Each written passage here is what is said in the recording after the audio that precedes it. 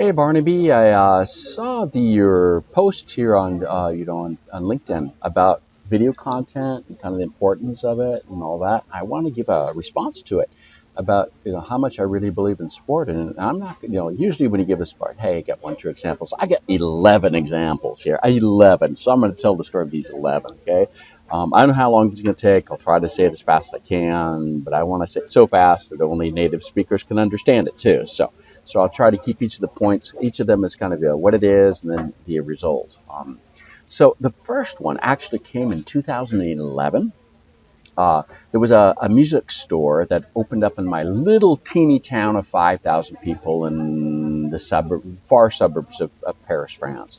And this little music store, this little dinky 23 square meter music store opens up my town. The first day I come in with 9 guitars, and they say, "Hey, I've got all these guitars. I got to fix here, here, here, here." And so, we became friends really quickly. But then I said, "Hey, the way to kind of build your business is to do video reviews of instruments." And he says, "How to do that?" And I said, "Well, I've been writing, articles, in musical instruments and stuff, or these articles, but it goes in the magazine or goes in some online article somewhere." And I said, "You got to do video reviews. This do that back in 2011. This is before anyone was doing this, okay? Before no magazines were doing, none of the music stores, even the U.S., were doing this yet, okay?" And so I said, "Let's do it. This will make you really famous." This little dinky music store. And it was unknown, in the world. So it did work. And how it worked was, we popped up. I brought in all my 30 guitars, and we did the 30 reviews of those first, all in the same format, introduction, each piece thing. Listen to it at first, 2 pieces, that always the same music, same stuff, bam, explain it the same way, do a 3-minute video. Okay, it's got some electronics, takes 5 minutes. It's between a 3 and 5, 7-minute video, depending. And then you do some overviews of longer videos of all these types of this whole range of guitars and this and that. Well, boy, in the first year, he had 100,000 views on his music store YouTube channel. Okay, and what we did is he put this little 14-second blurb, video clip at the in the local cinema to kind of bring, and he put that at the beginning of these guitar evaluations and piano evaluations. Put the beginning and then had as an intro, and that brought in 100,000 views during the first year. By the third year, 2014, it had 450,000 views. And there was 1,500 views per day to this little dinky music store, little shop. Okay. And we did English and French, different videos. And I think in the second year, he was selling guitars in Sweden. Okay, used guitars in Sweden. I'm not across Europe, in Europe. Okay, elsewhere in Belgium. Okay, not in Paris. He was selling guitars internationally. Okay, this little store. Okay, and that started him up. Okay, So that's number one. Number two. So I think that's pretty, and he has grown, gotten a bigger store, moved to the bigger town nearby, near the shopping center, the big shopping center, and right next to it, business is going pretty good. Okay, so that's the result. Video content back in 2011. Okay, number two, at SAP, in 2012, I was working on a DevOps team that was servicing all of the different. We were working on all the SAP France team was actually an acquisition of all the business objects teams. There are lots of different acquisitions of business objects and tools teams, products across the entire campus of 500 engineers. Okay, and so when SAP acquired it, there was the need to kind of decide on tool migration to SAP's tools. So it was kind of a fun negotiation period, let's call that. Okay, and during that post-acquisition period. And so I was in the teams that were the DevOps teams that were there to support and make this happen, as tool migrations happen. And so what I did was I made a series of videos on our SAP Tube channel. We have an internal platform for videos, so we don't have to put them on YouTube, okay? And in 2012, and I made a series, and we actually branded the thing. We called this The exact name, I have to look it up here, but I'll put it maybe I'll put the little logo up here in the video. It was something like internal productivity or development productivity tools for dummies and geeks. Okay, actually, legal said I couldn't say dummies and geeks because we had the colors gold and black. So I think I had to go dummies and beginners to kind of get myself out of that one. I didn't want to fight that one. So and the result of that in 2012, at the end of that year, was an SAP Professional Passion Award at SAP France. Okay, bam. And successful. That's for me. Wow. Yeah. But actually, we were able to train and to everybody because all these were little training videos, little how-to videos, how to do things, and we got all these hundreds of engineers through learning how to use the new versions of the enhanced tools of the development tools had been we worked with SAP to improve to do this post acquisition time period and all that. Okay, so for the background now, so I'm here in a restaurant, but I'll just talk louder. Got better lighting here, so and cool background. That's a real wall. That's not a fake thing behind me. But you'd be better than doing this home because people say, "Hey, I got a dark environment at home. You need better lighting." Hey, well, I'm here. So, and then you always think, oh, you only get one chance at doing the a video kind of approach to things social media wise. Not true. So the music video thing came up again. All these music video reviews or instrument reviews came up, and these are mainly guitars, some piano stuff, and some devices and accessories like a pedal, a page turner for using a pedal, or different picks and guitar picks and whatever. So in 2014, what I did was I took the same raw videos that had been done in the music shop that I did, those instrument reviews, those 120th videos, maybe 130, I can't remember the exact number, and I put them up my own YouTube channel. So they had been put on the music, with the branding of the music store, with the that little clip, the beginning, the intro clip. That was the branding of the music store. Then I took the raw video, just the core video itself of each instrument, and or its set of instruments. Sometimes they're like I said, it was a kind of a range of explaining the whole range of guitars or whatever, of a kind of a specific model or of a brand. Then I started then putting up my own my own YouTube channel. Always one a day. Don't do them multiple the same day, or do them space them out.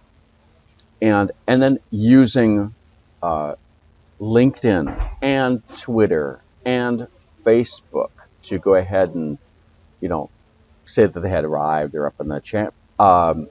It did even better than the first time around, and this was several years later. Okay, so back in 2011, it had been before the wave, and what happened with that was that other music stores started picking up on it, and so the magazines started picking up, the music magazines, and the other music stores started picking up on it, especially in the States. Okay,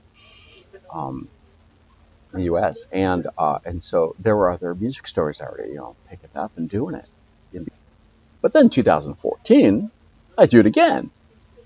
And by doing it again, but I used a different I did use some social media channels, and I did it a specific way. So I didn't use I'm not going to tell everybody how I did this. You got to come to my conferences to hear how I do this one.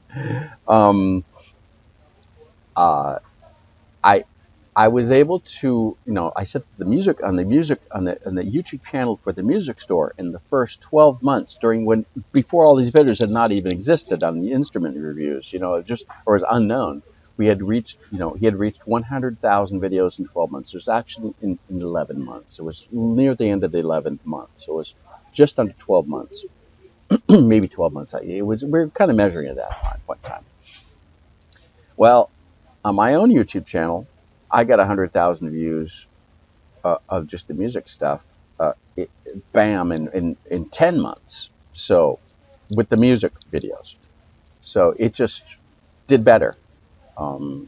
There's other marketing techniques to do it too. And right now, this has been a decade, just over a decade. I've had this YouTube channel. I get 1,000,000 views. I have less than 1,000 subscribers and 3,300 viewing hours over the past 12 months. Okay. And that's two different waves, 2011 and 2014 to 2015, so over the period of a year. And I did some other, and now the other videos are benefiting from that. So, so that kind of shows the that you can do it twice, but you got to do it in a very specific way to be able to get it to do better the second time around after everyone else has picked up and started doing it too, and you got competition.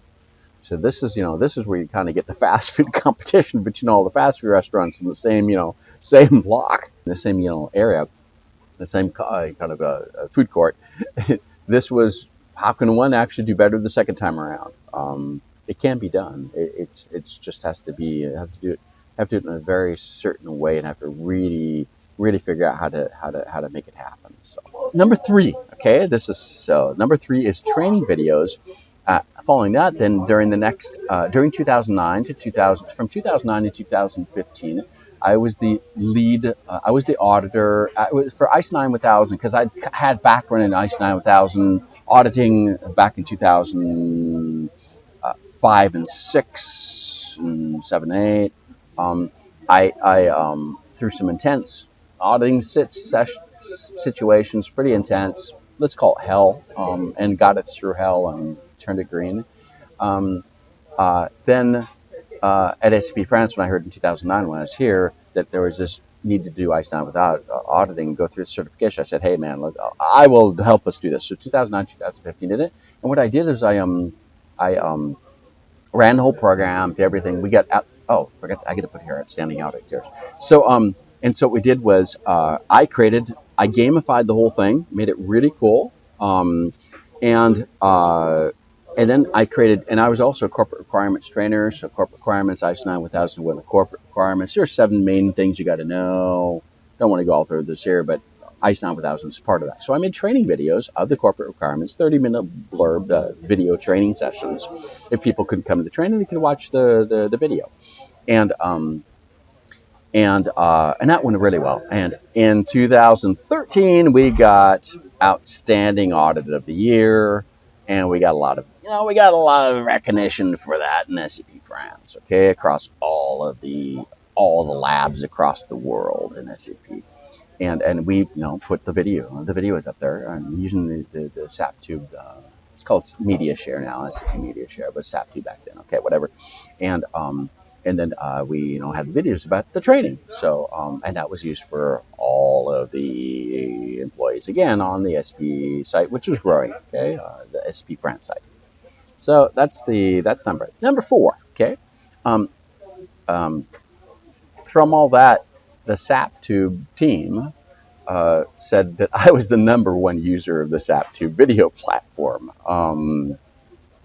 And so the results of that were that I did one of the key customer testimonials, internal customer, obviously. One of the key customer testimonials in the SAP Global News Portal. There was a video of my 1-minute blurb about why I use SAP Tube or Media Share. It got changed. The branding got changed to Media Share. I'll just call it SAP Tube to kind of keep it simple. Or I should call it Media Share now because that's the new name, and we probably couldn't use SAP Tube for some reason, obvious reasons. So, so in 2015 we got in the global employee news on that one. So and then the Media Share SP Media Share team asked me to become part of their customer advisory board council in 2015 too. So hey, got some video stuff is working. Number five. So videos for the SAP France. Now then I joined the employee association for the non-sports activities. They're the sports folks and the non-sports folks, and those are all the cultural activities. So I joined for the music stuff to kind of start doing guitar lessons, and then got into giving the piano lessons, and then I became the president, and we just boosted that puppy. Okay, and I use videos to actually do a lot of the marketing. And the result of the association was that we grew this employee association, crew was really small at the beginning, only had 30 members compared to all the sports people, man. They had 150 members. We brought that association up in 5 years during my term as president, where we grew the number of activities by 5, we grew the number of members by 6-fold, and we grew the funding by 6-fold during the 5 years that I was president. And we're using a lot of videos to do testimonies of what are these different activities, doing the videos about the activities and put them up on the channel, and make it just promotion, communication, and hey, marketing, internal marketing. And the music activities that really went really well, and the concerts, and the highest amount of yearly participating members and stuff, and the highest amount of funding for all the expenses with the visible activities. We get concerts. We give like 2 or 3 concerts a year or more for our internal employees. Our internal employees doing concerts. Hey, we even created a music studio to do this on site, and we were doing the rehearsals on site to do the concerts at concerts, for end of year parties and that kind of stuff. And then I was finally able to hire musicians to come do it rather than us doing the lessons for the others. So what we did was we had started doing guitar lessons and piano lessons by other teachers, and I got them to do videos. And then we started doing videos with them how to do the lessons, so we could actually do the lessons as a video learning, self-paced, or come into class. This is obviously all pre-COVID. So, and you know what? We got the SAP Global News again with a video and a blog in 2017. So that all turned out pretty well. So pretty good results. Again, just video. And this is multiple examples of using videos, how we're doing it. And then in number 6.6 was product videos. So, the products, they have product documentation. Well, we started, a lot of our teams, the folks, the tech doc writers, which we call user assistants now, over the past several years, they were creating what's new release videos. The what's new videos every quarter for the release of the product, what are the new features kind of stuff, or how-to videos, how to use the products and stuff, the new features. And from 2012-ish, maybe 2011, the finance products in the beginning, up until 2018, they called me the voice, okay? Because I would do a lot of these voiceovers recordings for lots of products here in the SAP France that were developed here and elsewhere, actually, in SAP. Kind of word got around, and the voice kind of sounded pretty good. So, I know how to make an enthusiastic voice, and I don't know how many dozens. I haven't counted them, so I should go back and count them. But they disappear from YouTube now because they get purged, so from YouTube and stuff. So after 2 years, because they're considered today no more valid. But hey, the videos still there, and see that. Then in point 7, which that kind of turned into a 6-month internal fellowship. What a fellowship in SAP is, basically kind of a 6-month project transfer. You usually go learn a new kind of trade, or kind of new trade, kind of, if you want to do marketing and stuff, you haven't done it, you can go do this, or go do some development or something, you could do this. 2018, I was already, and I want to deep dive into the video stuff, but not just the videos. I want to do something really cool. So I did a 6-month in 2018, just right after this. Actually was the result of these voiceover things, because I wanted to improve the voiceovers, because I saw how difficult it was to do the voiceovers if they weren't really done for for really speaking. They were done from a written point of view. So I want to improve that and make it more conversational sounding. So I ended up doing one of these 6-month experimental projects, going with another team of these user assistants, a writer, developer, content creators, and especially those that were wanting to move into the video, kind of this whole video production of these what's new videos and stuff and all that. So we kind of was called conversational user interface project something. But what we ended up doing is that, like a month later, we're already doing a workshop with them on the project. And we did some video recorded workshops and presentations, and we deployed this method that I kind of put into place to make it better, to make it more conversational sounding, and across several team members and across a bunch of different projects. And we really, we we found a way to make it sound better, the script, and to improve the scripting, and so the end results of the videos with the voiceovers were better, or just sounded way better, not this red script kind of stuff. So, and we're easy to pronounce too. That's the key thing. It's easier to pronounce because you can do. I remember doing 23 takes sometimes of a sentence because it was just too hard to pronounce because it hadn't been done for voice. So lots of cool stuff there. Then number 8, I returned to my home team after the 6-7 months, and so I created a pilot service doing monolingual speech-to-text video replay subtitle editing. Okay, so it's post-editing. It's monolingual post-editing, not of machine translation, but of speech-to-text generation. And the results of that, boy, after 6 months, we turned that one into. We got brought in significant amounts of funding, internal cross-unit billing. Okay, I can't say the amounts, but with all of the several board area, the several board area levels in SAP, high division. I mean, just under the CEO. Okay, of all the quarterly town meetings, all their open QA sessions, all these presentations, of 30, 60, 90-minute sessions or 75-minute sessions, kind of dependent. Okay. And that, it was just a pilot project to kind of see how it's going to go. And just went nuts. It went, word of mouth, just kept going. Do it right the first time. It just kept going. And hey, I wasn't charging cheap. Okay. So, I was charging full price. To make this thing visible and really make it valuable, and ended up at the end of the year. Boy, I set up a fourfold growth plan to turn that pilot service into way more.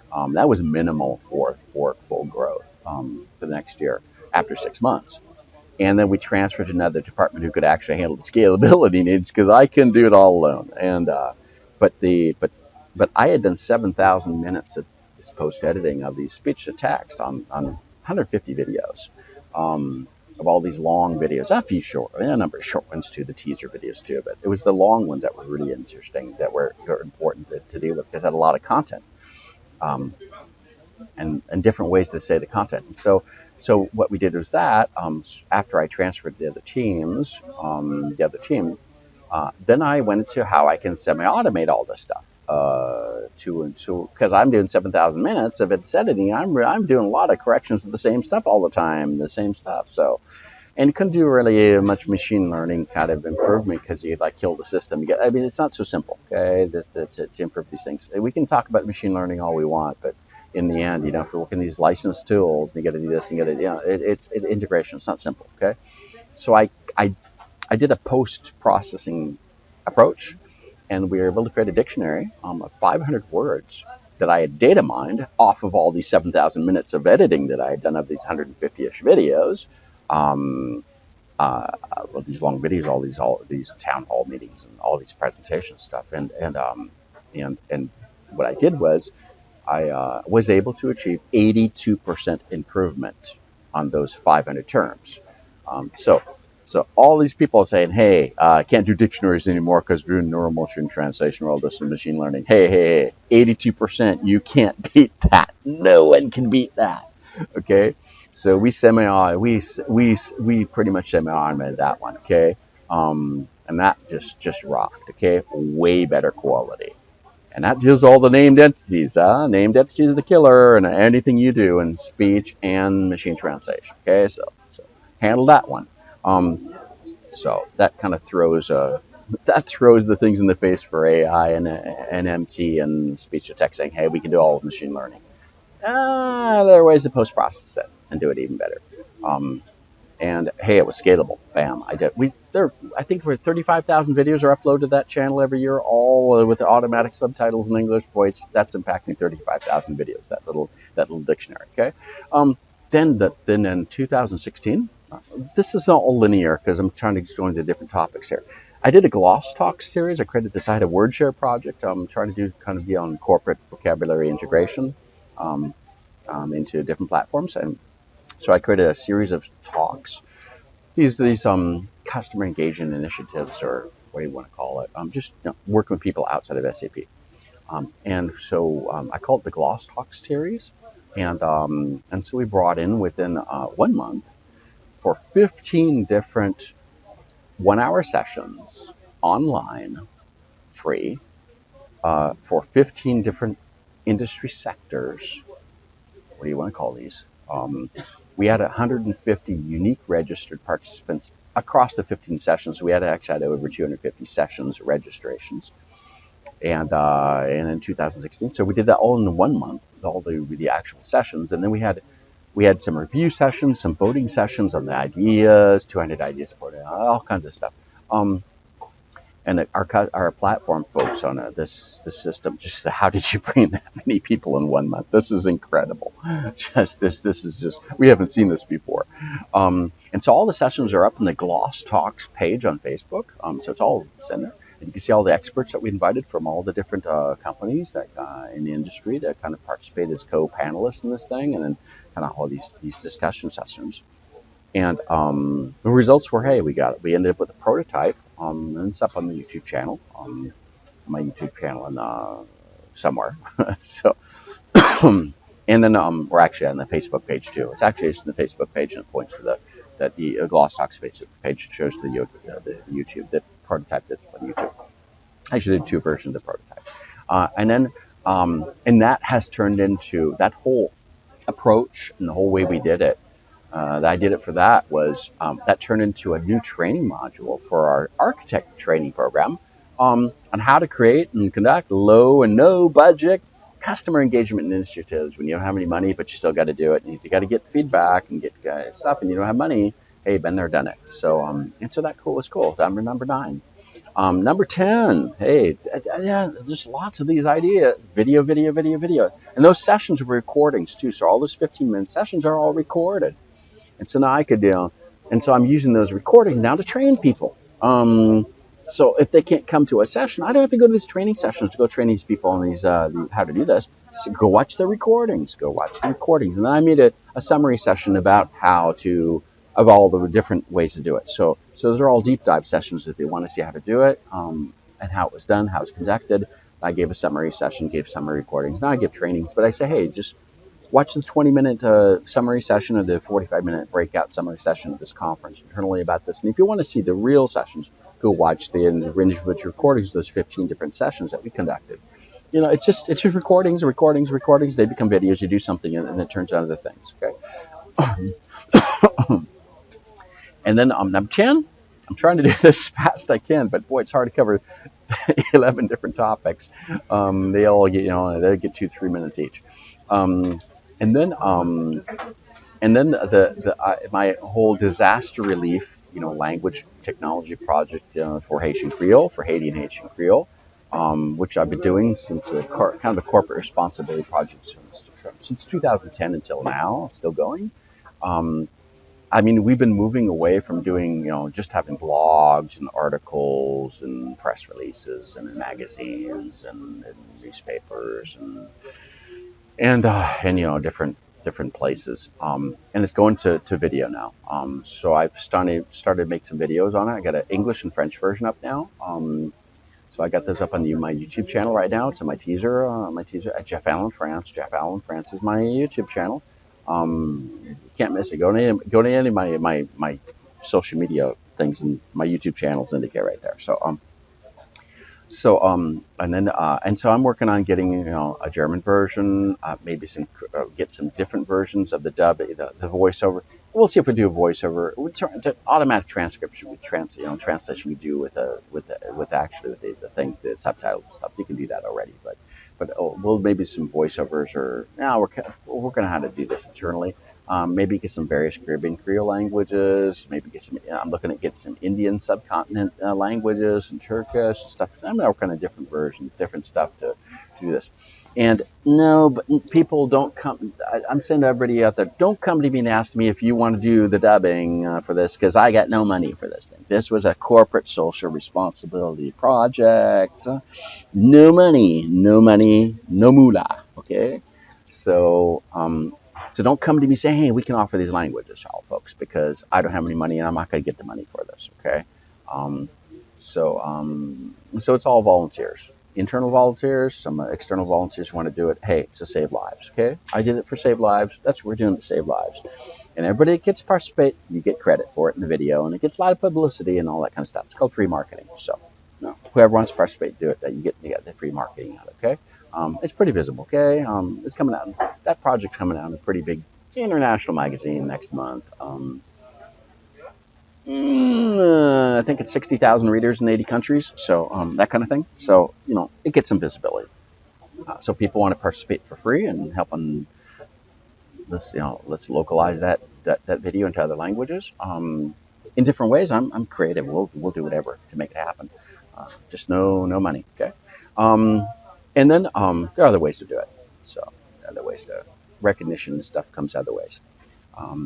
And then my last one, the last one is based on all the stuff, especially my YouTube channel. It's getting I'm getting right now the music stuff. Oh, and then the concerts, because we did a lot of concerts for all our SAP friends. We did a lot of concerts. It's all up in the YouTube channel. It's up on the YouTube channel. So my channel's like just music reviews and the music things I was talking about, and all the concerts and all that, and it's getting a lot of heavy traffic. I have one single music, just one of those evaluation guitar videos has had, one of them's had 102,000 views since 2014 off the top of my head, in French. That's the French version. And then another one of the comparison of several models in range has 88,000 views, which that's pretty good for one single video. And everybody complains about it. People complain about the microphone I use. And I said, hey, you're not getting the number of views. It doesn't matter. The people don't care about the microphone, okay? So, hey, we had the equipment had. So that now I'm getting 800 hours of video watching, video viewing, 800 hours per quarter, 3,300, more than 3,300 hours over the last year, okay? And I only got 1,000 subscribers. It's not the subscribers that count. It's the number of hours. And so what happens is YouTube recommends the videos that are published to everybody else. So even my sons say that they get recommended videos that are coming up on my YouTube channel. So they're not subscribed to my channel. So so I've done this over the past. This last one is over the past 3 months, because I don't really have any travel budget to go do conferences and stuff, and I haven't for a long time. Even pre-COVID, I didn't have it. So what I decided to do is kind of do this all kind of different, all thought leadership. Hey, thought leadership can do my videos. I don't have to go to conferences to do this and pay. You got to go to conference, got to pay for them. Got to convince people to go to conferences and pay for it. So hey, this way it's all for free. So I've been creating. I've got a new playlist on my YouTube channel called Thought Leadership Tips, and I'm trying to really provide thought leadership, not product marketing, and not project marketing and internal product marketing that doesn't service nobody. It's because you can't use the. I'm not trying to talk about anything I'm doing at my company, but I'm talking about what has been published and what's been done before, and explaining things and explaining what has gone well, what has gone wrong in the past. And really helping the entire community in different fields to benefit from experience and to build upon what has already been done before. And I've done at least 70 new videos over the past 3 months. This is another one. This is one of the videos that's added to it right here. So maybe I got 80. It's at least 60. It's between 60 and 80 something in the past 3 months.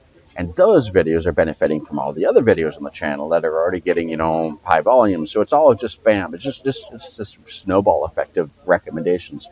And 50% of all the views on my YouTube channel are recommendations from YouTube. So, and 10% are from LinkedIn. So that kind of gives I haven't looked at my Twitter one. I should look at my Twitter one too.